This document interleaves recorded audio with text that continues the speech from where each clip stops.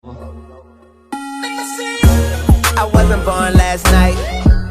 I know these hoes ain't right, but you was blowing up our phone last night.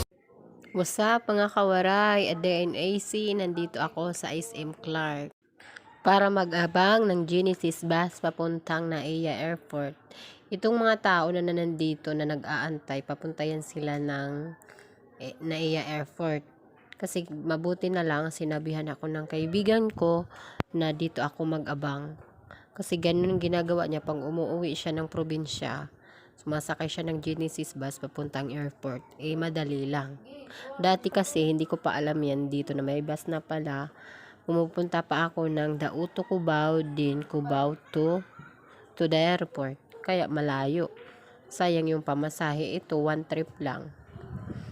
Salamat sa kaibigan ko na si Richelle. Siya yung nagsabi sa akin. Thank you so much.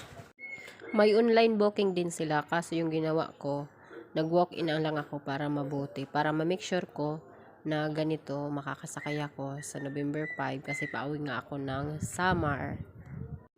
Okay na nga, naglakad-lakad lang muna ako, nag-window shopping lang, ang waray, ayan, nag-picture taking, wala namang pera. Ayan, picture ulit, tingin-tingin lang kasi ang gaganda ng mga damit nila. Ang gaganda, pera lang ang wala. Ayan, again, meron again. Ang dami lang salamin dyan, ano? Nakipicture na ang inday kay libre. Sa bahay walang whole body na salamin, kaya dito ako sa malaki salamin. Ayan, hindi pa talaga babalik pa talaga. Away, nakuwaray ha. Balik-balik ka. Pumunta ako nga dito pala sa may tribal.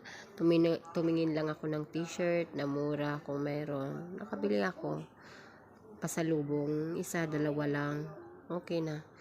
Ito naman ang mga maleta nila. Ang gaganda. Kaso too much ang price. Grabe, ang mahal-mahal. Tingin-tingin lang ako niyan. Kasi wala naman pambili. Ayan, last na to, nagpila na nga ako, ang daming pila, nakabila ako ng kaunting grocery dito, and then pauwi na ako niya.